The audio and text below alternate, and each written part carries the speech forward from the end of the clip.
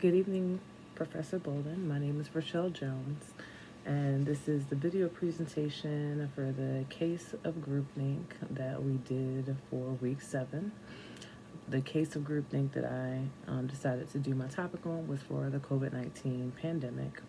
I felt like there was a lot of different collectives that were respectively suffering from groupthink at the same time, from individual parties to medical communities, government. Um, it was a very, very interesting time frame to live through. You could see it happening where people were just closed-minded. They were there was pressures towards uniformity and conformity to either mask or not mask, or vaccinate or not vaccinate. On top of that, there was a presidential election going on. There was a 2020 protest. And so there was this in general divide that was already happening. And I felt like the pandemic exasperated that situation on all sides. And so in my presentation, I go through and I explain, of course, what groupthink is, just for people who don't know.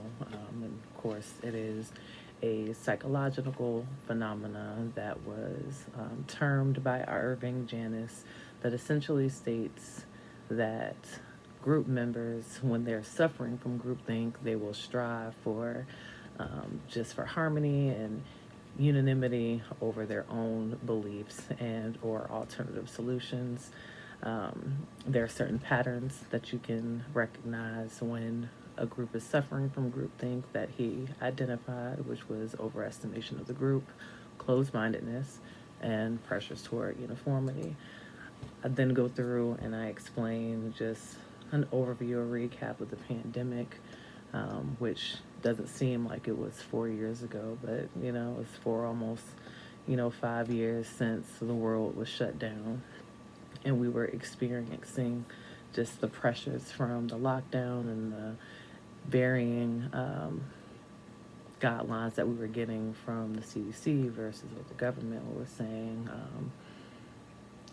The current administration at the time was also limiting things that was coming out, and so it was a very hard time to try to trust the government, on top of, again, there was later in the summer during the pandemic, just the exasperation of tensions between, black people and people of color, and police, with the 2020 protests being one of the largest global protests that has ever existed, on top of the first ever global pandemic that, we've experienced in modern times. So again, it's a lot of things that was going on.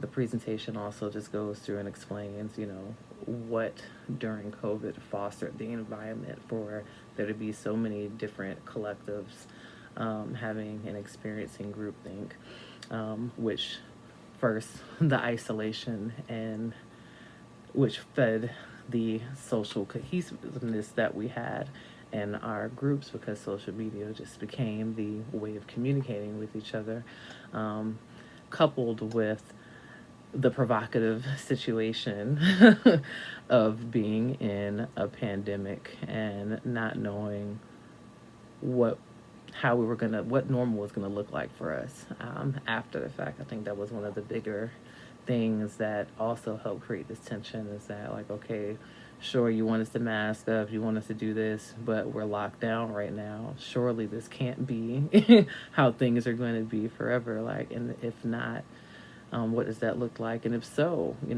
what does that look like? Some examples of groupthink was just, again, the social pressures, which I won't say that I was for or against. I was for everything all the way up until the forcing of the vaccine mandates. But again, that was just me. But again, that's just, again, one type of social pressure.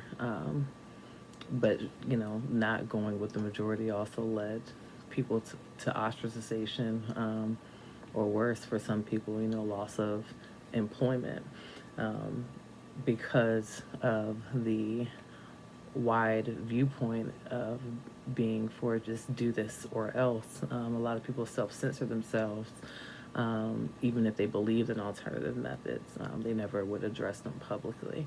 Of course, there were always debates over moral high ground between those who disagreed with the certain mandates and the public authority who felt the mandates, promoted public health. And then just the collective rationalization of why they are or aren't for one mandate or another. Just a lot of, again, different perspectives that people could have taken on during that time frame. My presentation, of course, also go over different ways that I felt like the groupthink could have been prevented. Most of this heavily relying on just the government being more transparent, and then giving us more immediate and accurate information, as well as correcting those misconceptions as biases more frequently than they did without necessarily ostracizing, those who have other opinions in the same facet.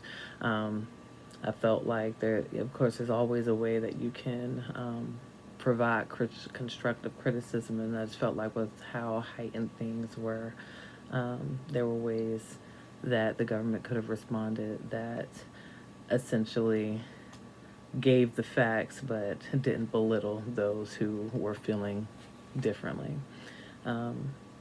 Just in conclusion, no group can avoid, well, it's best for groups to try to avoid groupthink. I won't say no group can avoid it, because there are certainly ways it can be done. But it's best for groups to try to stay as diverse as possible and allow there to be the options for rebuttals and differing opinions to prevent themselves from being victims of groupthink. I hope you enjoy the presentation when you review it, and thank you for your time.